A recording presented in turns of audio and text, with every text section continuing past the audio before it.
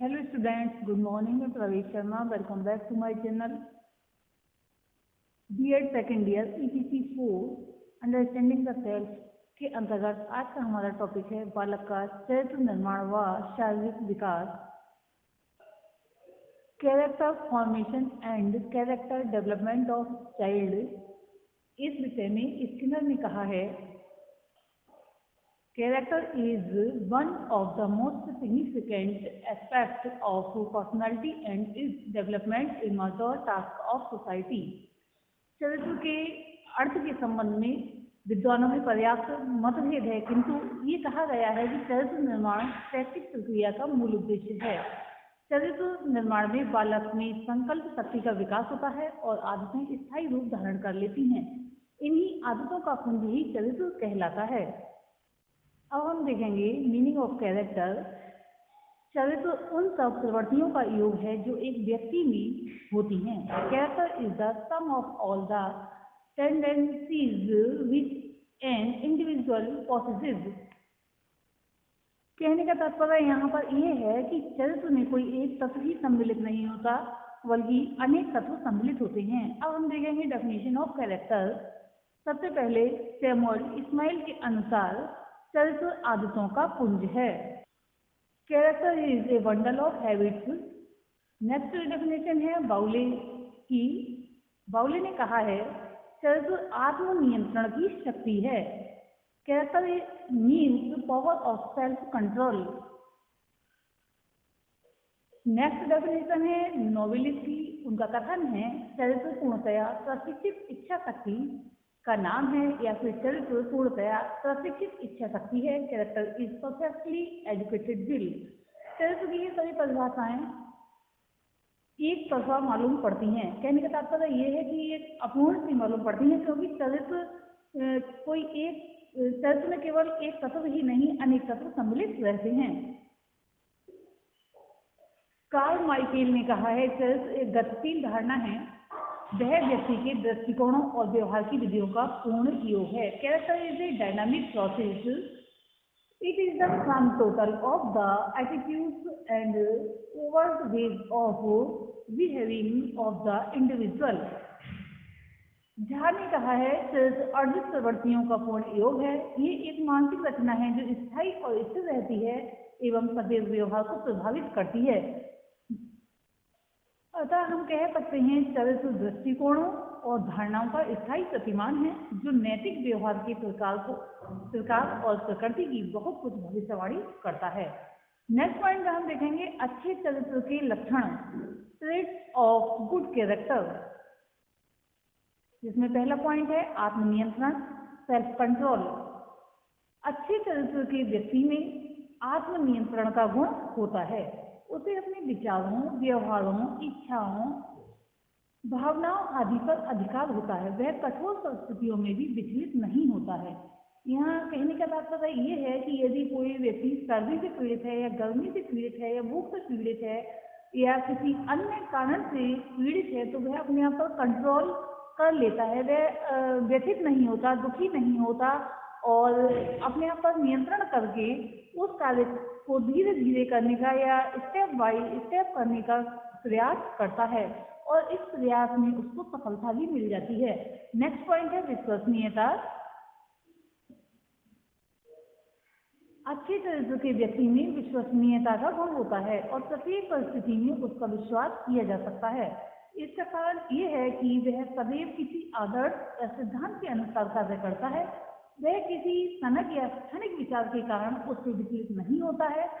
उसके या फिर इसके अतिरिक्त वह एक सी परिस्थितियों में एक सा ही व्यवहार करता है। उसके व्यवहार को देखकर उसके परिणाम की भविष्यवाणी की जा सकती है। जैसे कि एक छात्र है, वह पूरी साल मेहनत करता है और अपने कोर्स को डिवाइड कर लेता है, या सब्जेक्ट को डिवाइड कर लेता है, दिन भर में कौन सा सब्जेक्ट है, कितने टाइम पढ़ना है। इसी तरह से उसकी बहुत अच्छी तैयारी हो जाती है। और एक बालक ऐसा है जो कि साल भर अपने अन्य कामों को करता रहता है। अन्य कामों को पूर्ण करने के कारण वह उसे पढ़ाई का समय मिलता ही नहीं है, और परीक्षा के समय में बहुत ज़्यादा मेहनत करता है, लेकिन उतनी सफलता उसको नहीं मिल पाती है। नेक्स्ट पॉइंट है कार्य में दृढ़ता। परसिस्टेंस इन एक्शन अच्छे चरित्र के व्यक्ति का एक विशेष गुण है कि कार्य में दृढ़ रहता है। वह जिस कार्य को आरंभ करता है उसे समाप्त अवश्य करता है। वह ना तो उसे कभी अधूरा छोड़ता है और ना स्थगित करता है। नेक्स्ट पॉइंट हम देख रहे हैं कर्मनिष्ठा। कर्मनिष्ठा अच्छे चरित्र के व्यक्ति में कर्मनिष्ठा का गुण होता है। वह प्रत्येक कार्य को पूर्ण परिश्रम से करता है। कार्य भले ही नीरस हो या फिर उसकी रुचि का ना हो, अगर उसे उस कार्य को करने की जिम्मेदारी मिली है तो कर्मनिष्ठा के साथ यानी कि निष्ठा के साथ उस कार्य को पूर्ण करता है, पर वह उसे करने में किसी भी प्रकार की शिथिलता नहीं व्यक्त करता है। नेक्स्ट पॉइंट है अंतःकरण की शुद्धता।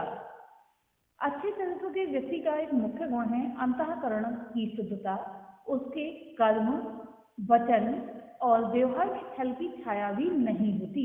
जैसे जिस बात को वह किसी से कह देता है उसे पूर्ण करने का प्रयास करता है और व्यवहार में भी छल नहीं होता। किसी भी दुखित व्यक्ति को या फिर किसी भी बहुत ज़्यादा जिस व्यक्ति को किसी चीज़ की आवश्यकता है तो बिना छल कपट के उसको वह दे देता है। नेक्स्ट पॉइंट है उत्तरदायित्व की भावना, फीलिंग ऑफ रेस्पॉन्सिबिलिटी। अच्छे चरित्र के व्यक्ति में उत्तरदायित्व की भावना रहती है या होती है। वह महान कष्ट झेलकर भी अपने उत्तरदायित्व का निर्वाह करता है। कभी कभी ऐसा हो जाता है एक व्यक्ति पर बहुत ज़्यादा जिम्मेदारियां उसकी आयु जितनी है उससे ज़्यादा झेलने की हो जाती हैं, लेकिन फिर भी वह अपने उत्तरदायित्व की भावना का निर्वाह करता है। अंत में हम बाहुल्य व अन्य के शब्दों में कह सकते हैं चरित्र के ये गुण और लक्षण विद्यालय, कार्य और सामाजिक जीवन दोनों में प्रत्यक्ष रूप से बहुत महत्वपूर्ण है। जिन छात्रों में ये गुण होते हैं वे अपनी मानसिक शक्तियों का जो भी उसमें होती हैं अधिकतम प्रयोग करते हैं। These character traits and qualities are obviously very important both in school work and social life. Pupils who show them will make the most use of whatever intellectual powers they happen to possess. Next point में हम देखेंगे चरित्र का निर्माण करने वाले कारक, factors determining character. Skinner व हैरीमन ने लिखा है चरित्र का निर्माण करने वाले कारक एकाकी रूप से नहीं वरन सम्मिलित रूप से कार्य करते हैं। Factors that determine character operate not single but conjoiningly. इन जो कारक हैं उनका संक्षिप्त परिचय इस प्रकार से है। सबसे पहला पॉइंट है इसमें मूल प्रवृत्तियां। मूल प्रवृत्तियां चरित्र निर्माण की मुख्य आधारशिला हैं। जिस व्यक्ति में जो भी मूल प्रवृत्तियां शक्तिशाली होती हैं उन्हीं के अनुरूप उनमें गुण पाए जाते हैं। एग्जाम्पल के रूप में हम देख सकते हैं कि आत्म प्रदर्शन की मूल प्रवृत्ति के कारण व्यक्ति में पद, शक्ति और सम्मान के लिए संघर्ष का गुण पाया जाता है। जैसे कोई व्यक्ति किसी पद को प्राप्त करना चाहता है तो उसके लिए दिन रात कड़ी मेहनत करता है और किसी प्रकार की शक्ति यानी कि जैसे कि किसी सब्जेक्ट का कमांड करना चाहता है तो उसके लिए भी वह डिग्री स्टडी करता है। सम्मान पाने के लिए समाज में अच्छे अच्छे कार्य करता है और लोगों के बहुत सारे उपकार करता है। नेक्स्ट पॉइंट है संवेग, इमोशंस। मूल प्रवृत्तियों का संवेगों से घनिष्ठ संबंध होता है। इन्हीं के कारण व्यक्ति में कुछ संवेग स्थायी बनकर गुणों व अवगुणों का रूप धारण कर लेते हैं, जैसे कि क्रोध, घृणा आदि। जैसे कोई भी व्यक्ति बार बार क्रोध करता है तब उस व्यक्ति से दूसरे लोग दूर होने लगते हैं और किसी भी कार्य को ना तो उससे करवाने के लिए कहते हैं और ना ही उसका कार्य पसंद करते हैं, क्योंकि अगर कोई व्यक्ति उसका उपकार भी करता है तो क्रोधी व्यक्ति क्रोध ही करता है, कभी भी प्रसन्न नहीं होता है। नेक्स्ट और दूसरा इसमें पॉइंट दिया है घृणा। कई व्यक्ति ऐसे होते हैं दूसरे व्यक्ति चाहे कितने भी गुणी हो, साफ स्वच्छ हो और दूसरों से द्वेष ही करते हैं, घृणा जैसी प्रवृत्ति दिखाते हैं तो उन लोगों से ही दूसरे लोग दूर हो जाते हैं। नेक्स्ट पॉइंट है अर्जित प्रवृत्तियां, एक्वायर्ड डिस्पोजिशंस। व्यक्ति जिस प्रकार की संगति या वातावरण में रहता है वैसी ही मानसिक प्रवृत्तियां अर्जित करता है। यही कारण है कि कुछ व्यक्तियों में अच्छी और कुछ में बुरी प्रवृत्तियां पाई जाती हैं। इन प्रवृत्तियों के अनुरूप ही उनके चरित्र का निर्माण होता है। नेक्स्ट पॉइंट है आदतें। व्यक्ति अपनी आदतों के अनुसार कार्य और व्यवहार करता है। उसकी जो हैबिट्स होती हैं उनको देखकर उसके चरित्र के गुण दोषों का अनुमान लगाया जाता है, इसीलिए चरित्र को जो है आदतों का पुंज कहा जाता है। नेक्स्ट पॉइंट है स्थायी भाव। सेंटिमेंट चरित्र का निर्माण करने के लिए स्थायी भावों को अच्छा माना जाता है। चरित्र स्थायी भावों के योग के अलावा और कुछ नहीं है। स्थायी भाव जितने अधिक अच्छे होते हैं उनका ही चरित्र जो है बहुत अच्छा होता है। इसीलिए रेक्स एवं नाइट ने लिखा है कि चरित्र का आधार स्थायी भाव का जो है निर्माण और संगठन है। नेक्स्ट पॉइंट है आत्मसम्मान, सेल्फ रेस्पेक्ट। चरित्र के वास्तविक निर्माण के लिए आत्मसम्मान के स्थायी भाव का होना बहुत ही आवश्यक है। मैकडोवेल के अनुसार इस स्थायी भाव में आत्म प्रदर्शन और अधीनता की प्रवृत्तियों का उचित सामंजस्य होना चाहिए। डम्बिल ने लिखा है कि इस स्थायी भाव का संबंध स्वयं के विचार आइडिया ऑफ सेल्फ से है। ये व्यक्ति में तभी उत्पन्न होता है जब उसके सब स्थायी भावों का सर्वोच्च स्तर पर एकीकरण होता है। व्यक्ति के चरित्र की श्रेष्ठता और निकृष्टता का आधार यही है। इसी संबंध में रॉस ने लिखा है कि जब आत्मसम्मान नष्ट हो जाता है तब चरित्र छिन्न भिन्न हो जाता है। इसका पुनर्निर्माण करके ही चरित्र का पुनर्संगठन किया जा सकता है, क्योंकि जिस व्यक्ति में सेल्फ रेस्पेक्ट या सेल्फ एस्टीम की भावना नहीं होती है तो वह अच्छे और बुरे पर विचार नहीं कर पाता है। उसके साथ कोई भी व्यक्ति चाहे जितना भी गलत करे उसको सहन करता रहता है। आपने देखा होगा कि कई व्यक्तियों के नाम उल्टे सीधे रख लिए जाते हैं जिस पर लोग हंसते हैं, मजाक बनाते हैं, लेकिन उन व्यक्तियों पर इसका कोई भी प्रभाव नहीं पड़ता है और उन बातों को सहन करते रहते हैं।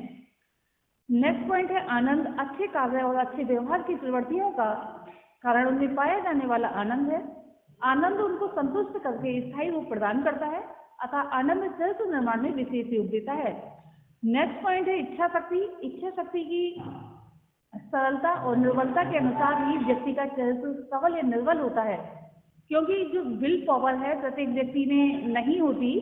दृढ़ शक्ति वाले व्यक्ति को अपने कार्यों, आदतों, विचारों आदि का पूर्ण अधिकार होता है। इसलिए डम्बिल महोदय ने लिखा है कि इच्छा शक्ति चरित्र का सबसे महत्वपूर्ण अंग है। इनके अलावा वंशानुक्रम, भौतिक व सामाजिक वातावरण, मानसिक शक्ति और स्वभाव भी चरित्र निर्माण करने के मुख्य कारक हैं। आज के लिए इतना ही। धन्यवाद।